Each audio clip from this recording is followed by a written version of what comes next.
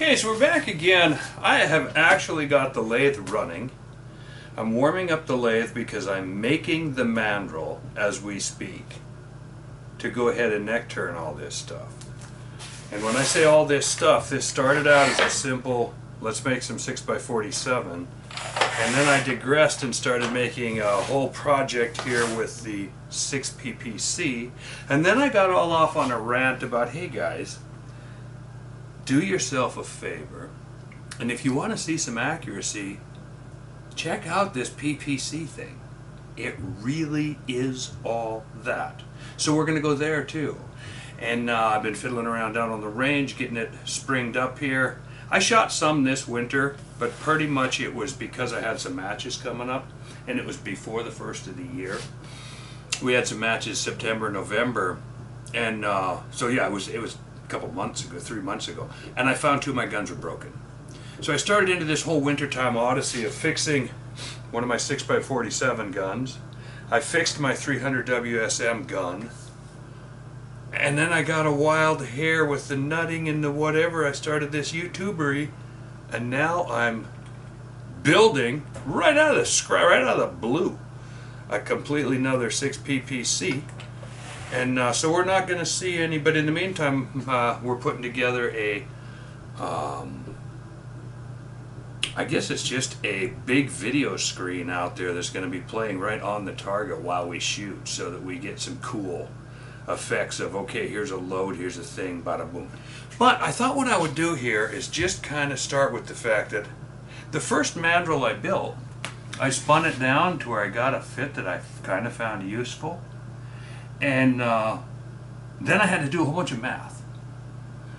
By the third one, I figured out that why don't I measure some bullets and make the mandrel the same as a bullet diameter. Now, these things nom out at about, across the board, they're within a few tenths of 242. I'll just throw a caliper on here to show you what I mean. And there's a reason for that. Even though this is a 243 caliber gun,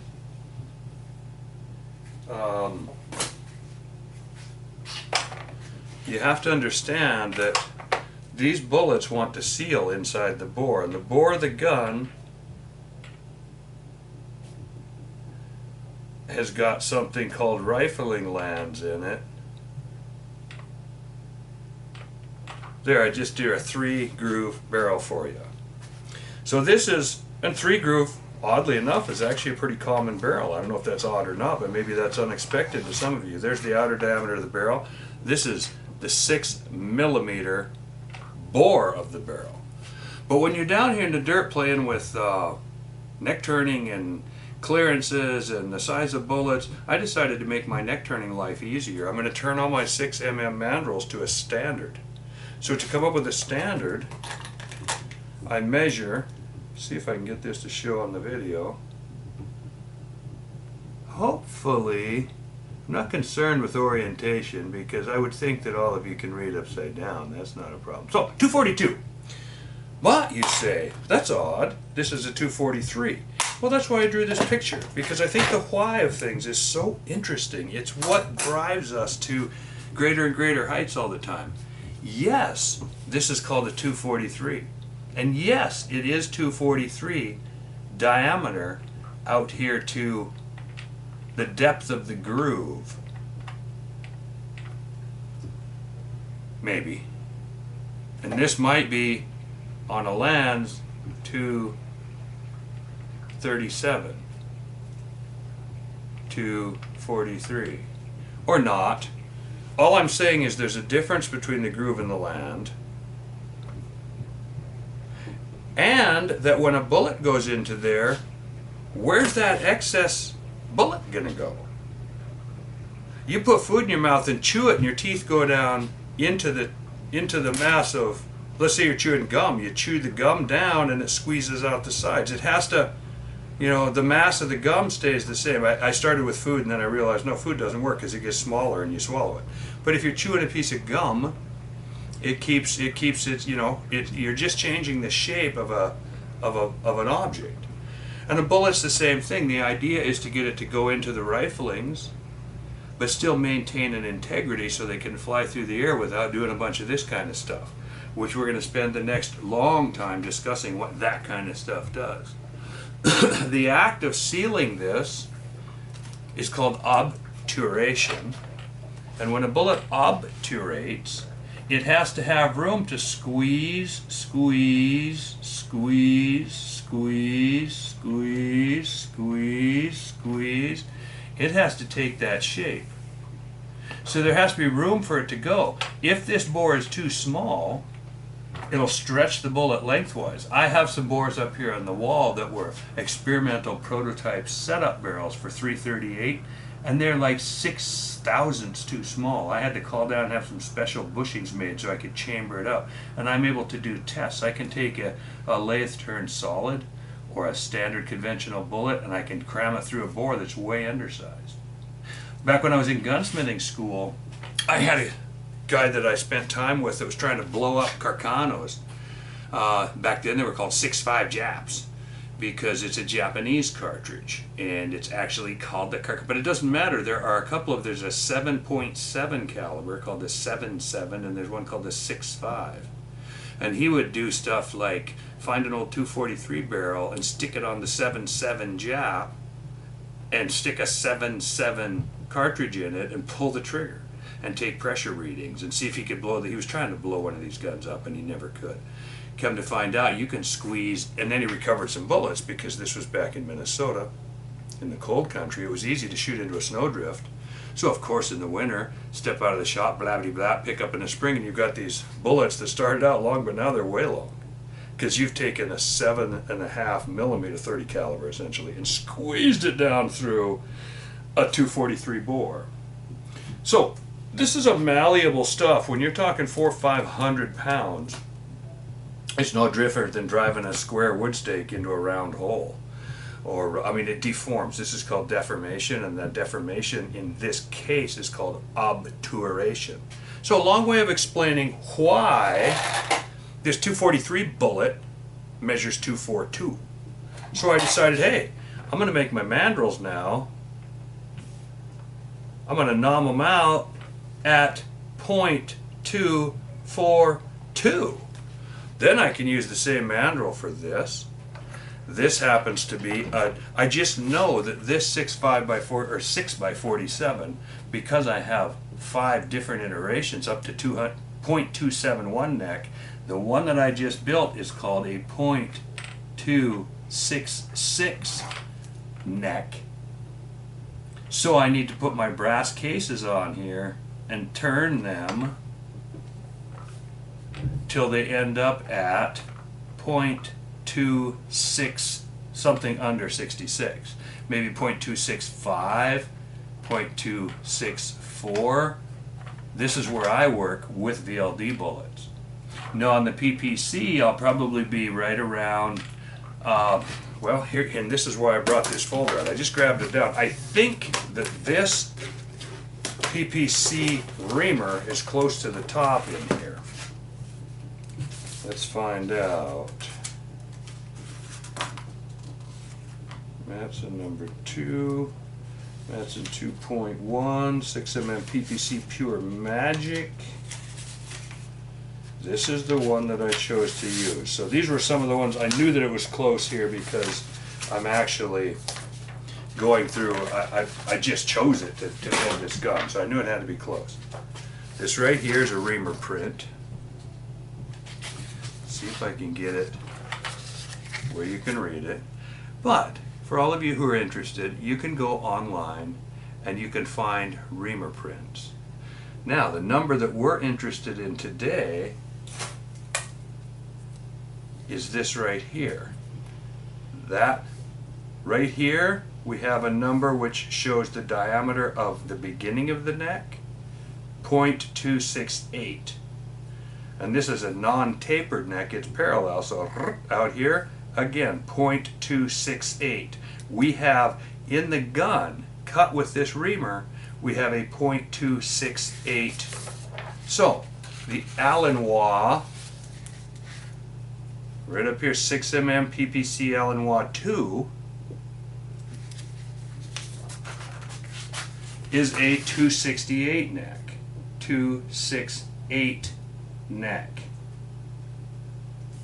So 265 brass on this guy, and this one here, the PPC, we're going to probably go, I'm going to give it a little more clearance because those flat base bullets, number one, their flat base bullets obturate up differently. They fatten really good. Number two, they come with a pressure ring already on them. They're like 2422. And they vary. I've got 25 different kinds of PPC bullets here, and there's fatties, and there's wedges, and there's columns, and these are all just names that mean nothing until you start playing with these. And when you start playing with them, then you're going to find, and one of the things that you're going to find, if you have a custom gun built someday, get a copy of a piece of paper that looks like this. This is the reamer print. Otherwise you can get in trouble. Because, like here, there's a note. This print reflects a -1.5 case. Reamer length to be used with a minus trim length. This means that on all of these, especially myself, because I blew them out, which means they're wicked long. I'm going to have to knock a ½ inch off the neck of this thing. No, not a ½ inch, but I'm going to have to knock off a number of, I'm going to say probably 14 thousandths. Because the one thing about blowing out this way using powder, you get the longest possible cases. So these particular raw cases before they're turned are going to be longer than your normal. So, but the reamer print tells all of the dimensions that are on here, and I have this one spec'd out to the dimensions that I want, and I'm not going to leave it up here too long or let you look too close, because unless you're truly weird like me, nobody wants to use this unless they want, like myself, for cases to last 100 reloads and to never ever click and to always fall in and fall back out, flickety flickety flick. It's funny, but if I get the light right, you can already see the bulge on these. These are also, the Allen Watt 2 is one of the latest translations of my fat butt concept. I'm going to roll this around in the focal area here and see.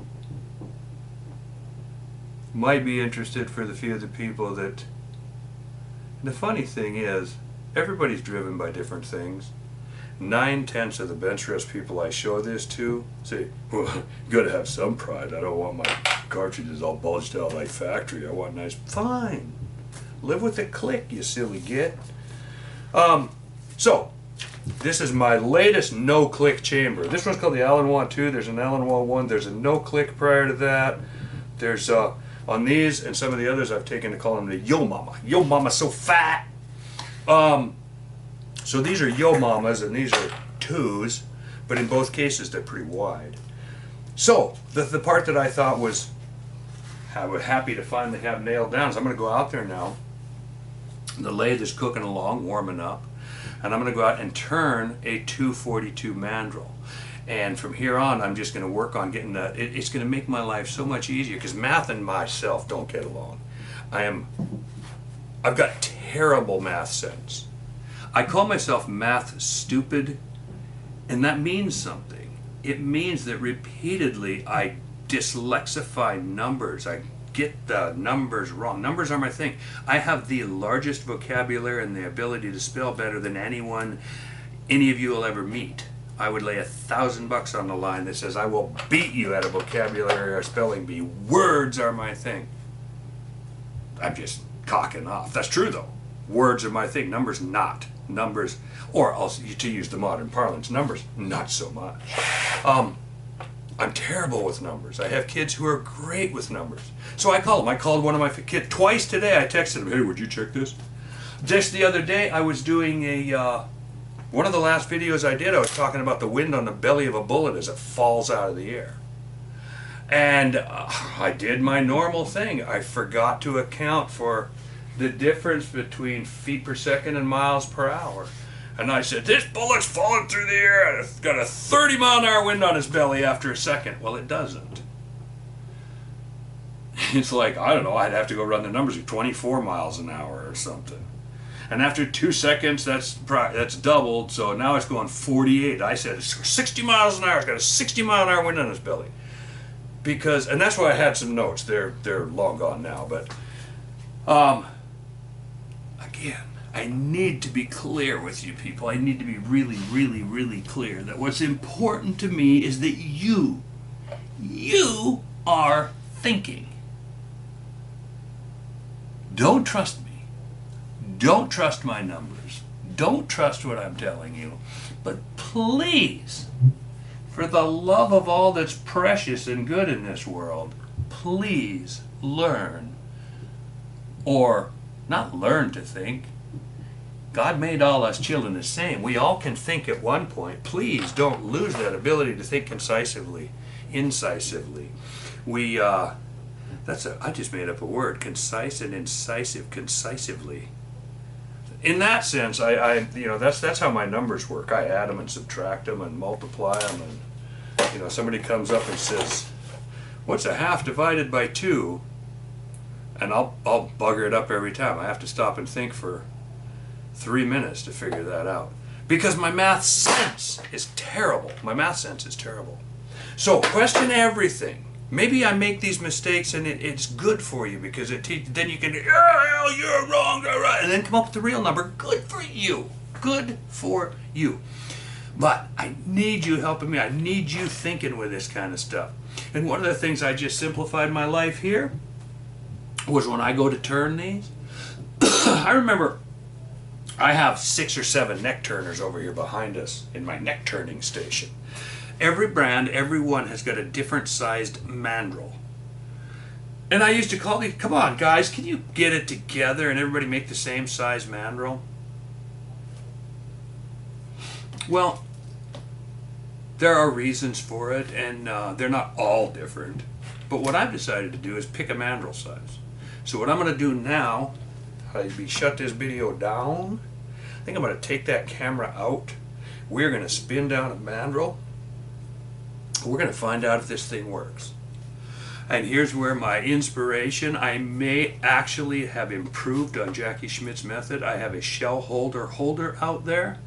I'll be bringing me a 6 ppc shell holder. Now for now, I'll just go ahead and stick with these ones here, but find out if I get the concept going. But I can just change out the shell hole. I can turn out WSM cases. I can turn out Lapua Magnum, like 338 Lapua Magnum cases, just by changing the shell. I can turn these, I can turn these. Because these are completely different case heads. I don't know how many of you know this. This 220 Russian case is its own distinctive size, this commie size, as opposed to, this is an American standard case head size.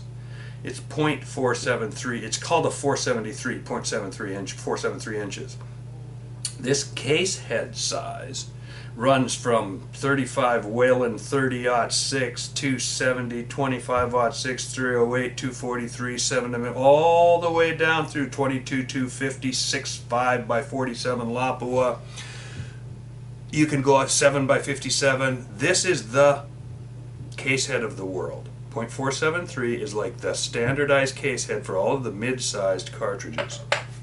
Then you go up to the Magnum size case head. Then you go up to Weatherby sized. Then there's a whole bunch of rimmed sizes. And the Lapua size is its own thing. The 338 Lapua, that's the one most people call it 338 Lapua. And so you probably should just be calling it the 338 Lapua, and everybody know what I'm talking about. And because I use so much Lapua cases, these are Lapua, these are Lapua. Neither of them's 338. Well, they're 338 Lapua case. So right there, the blown out 338 Lapua. It is. So what? So because I use a lot of the Lapua brass, I have to be a little more specific. This is the only common one, and it doesn't look like that. What's commonly referred to as the 338 Lapua looks like a big blown up 223 case. Got a lot of body taper and a shallow angle. This thing's blown out and totally different shape, which so is this, so is this, so So is the WSM, the latest of the successful cartridges, if you exclude the 6.5 Creedmoor, because the 6.5 Creedmoor is kind of like the movie Titanic. It really is good, just like Titanic really was good, but it got so overhyped, and the fanboys just take that 6.5 Creedmoor and turn it into something it's not. They attribute magical properties to it. No, it's a well-designed case, though. Same type of dimensions as some of the other successful ones. So, time for us to go out. Now that we've established a modus here, a method, I'm going to really start pounding this method thing. You got to have a method. You got to have a reason. And there's almost always, if a person breaks the big problem down into little problems, it's almost always possible to find a direction, to find a reason. When one can't, which does happen, it's happened to me, it's happened to everybody. When you can't find a reason, then for John McDuff, another completely screwed up literary reference. So we're going to take this thing on out and build us a mandrel, as is said in the trailer park.